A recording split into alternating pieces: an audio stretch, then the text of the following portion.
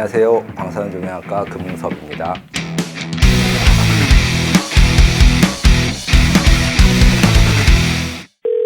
안녕하세요. 병원 누나입니다. 안녕하세요. 방사선종양학과 금웅섭입니다. 네, 교수님 오늘도요. 췌장 담도암과 관련된 구독자들의 사연이 굉장히 많은데요. 요즘에 꿈의 암 치료라고 중입자 치료가 굉장히 이슈던데 어떤 치료인가요? 예, 중입자 치료는 방사선 치료의 방법 중에 하나입니다. 그런데 중입자라고 하는 것이 무거운 입자, 대표적으로 탄소를 일컫는데요. 그 탄소의 무거운 입자를 빛의 속도의 70%로 가속시키게 됩니다. 저희가 중학교 때 공부했던 그런 운동 에너지라고 생각하시면 되는데요. 그 가속된 탄소 이온이 환자의 몸 안으로 들어가고 암세포 안에서 강하게 폭발을 해서 암을 다 사멸시키는 치료의 한 방법이라고 할 수 있겠습니다. 환자의 몸 안에는 어떻게 들어가는 거예요? 환자는 기존에 사진 찍듯이 똑같이 가만히 누워 계시면 되고요. 저희가 외부에서 큰 기계를 이용해서 환자의 몸 안에 있는 암에다가 정확히 조준하게 되어 있습니다. 그러면 환자는 누워만 있으면 되고 근데 아프거나 이러진 않는 거예요? 모양은 조금 다를 수는 있지만 환자분은 그냥 가만히 누워 계시면 되고요. 그 탄소라는 입자가 몸 안으로 들어가게 되는데 입자가 몸 안으로 들어갈 때 주사를 찌르는 것과 같은 그런 현상은 아닙니다. 아무런 통증이 없고 탄소 이온이 몸 안으로 스며 들어가서 그 다음에 암에 정지하게 되고 정지한 암에서 에너지를 모두 발산하게 돼서 암이 죽게 됩니다. 중립자 치료가 그런 거군요. 그러면 기존의 그 방사선 치료나 양성자 치료와는 어떻게 다른 거예요? 네, 기존의 방사선 치료와 양성자 치료에 비해서 정상 조직을 보호하고 암 치료를 할 수 있는 능력이 두세 배 정도 강하다고 할 수 있겠습니다. 아까 말씀드렸듯이 날아가는 탄소 이온의 세기가 강하기 때문에 암 자체를 죽이는 능력이 훨씬 더 크다고 할 수 있습니다. 또 하나의 장점은 강도가 세기 때문에 치료 기간을 기존의 X선 치료에 비해서보다 훨씬 더 짧게 마무리할 수 있다는 장점이 있습니다. 대개는 5에서 6주 정도의 치료 기간이 걸리는데요. 탄소 이온을 이용한 중입자 치료를 하게 되면은 한 3주 정도의 치료 기간이 필요하게 됩니다. 그럼 기간도 짧고 그리고 효과도 더 있으니까 참 좋을 것 같은데 어떤 환자든지 중립자 치료를 받을 수 있는 건가요? 네, 중입자 치료를 받을 수 있는 환자분을 선별하기 위해서는 저희가 진단을 위해서 찍었던 영상을 보고 암과 주변 장기와의 관계를 봅니다. 그래서 중입자 치료를 해도 주변 정상 장기가 손상이 없을 거라고 판단되는 경우에는 중입자를 적용할 수 있겠습니다. 부작용 얘기를 안 할 수가 없는데 이 부작용은 중립자 치료의 경우 없는 거예요?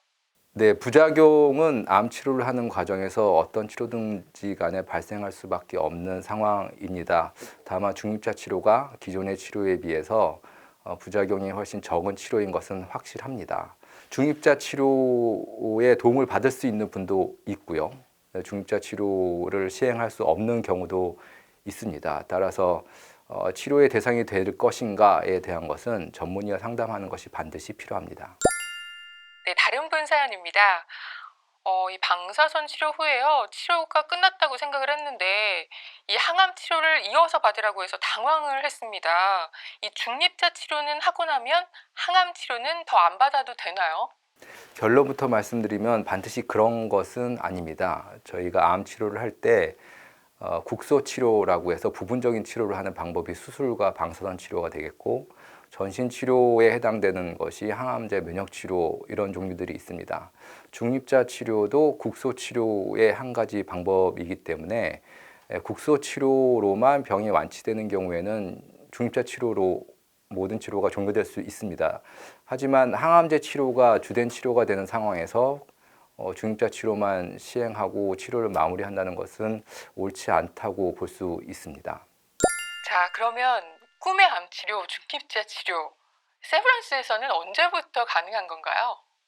1895년 독일의 물리학자인 렌트겐이라는 분이 엑스레이를 처음 발견했습니다. 그 이후에 1922년도에 우리나라에서는 세브란스 병원에서 최초로 방사선 치료를 시작을 했습니다. 그리고 100년이 지난 2022년도에 저희가 중립자 치료를 처음 시도하려고 준비하고 있습니다. 또 하나의 큰 도약이 될 것이고 국내 많은 환자분들이 중립자 치료를 통해서 도움을 얻을 수 있을 것이라고 기대하고 있습니다. 암 환자의 기대 수명이 그 중립자 치료로 인해서 좀 늘어날까요? 환자의 기대 수명을 저희가 판단할 때는 어느 한 가지 치료 방법에 의해서 환자의 기대 수명이 늘어난다라고 판단하는 것은 조금 무리가 있습니다. 암 환자의 치료 전체 과정을 생각해야 되고요. 중립자 치료가 기존의 방사선 치료에 비해서 기대 수명을 늘린 것은 확실합니다. 하지만 환자의 상태, 병의 상태, 그리고 어떤 치료를 선택할 것인가, 그리고 무엇보다도 환자와 의료진 간의 믿음, 이런 것들이 모두 종합적으로 효과를 발휘해야지만 환자의 기대 수명을 가져올 수 있지 않을까 이렇게 생각하고 있습니다. 만약에 가족들이 어떤 상황에 다 잘 맞아서 중립자 치료를 받을까 말까 고민을 한다면 교수님은 뭐라고 답하시겠어요? 주저없이 중립자 치료를 받으라고 저는 강력히 권할 것입니다. 네, 그럼 교수님 중립자 치료를 기대하고 있는 구독자들에게 마지막으로 한 말씀 부탁드립니다. 이 암 치료라는 것이 굉장히 기간이 많이 걸리고 중간중간에 어려움도 많고요. 실망할 때도 있고, 그리고 또 의사인 저도 가끔씩은 어려움을 느끼는 경우들이 상당히 많습니다. 하지만 이 전체 과정에서 서로 협력해 나가면서 이거를 극복한다라는 생각을 가지시고 지치지 마시고 치료해 주시는 선생님 믿으시고요. 그리고 어떤 치료가 가장 효과적인가를 판단하실 때 반드시 전문의와 상담하셔서 결정을 하시길 바랍니다. 네, 오늘 말씀 고맙습니다. 구독자분들 모두 건강하세요. 감사합니다. 네, 감사합니다.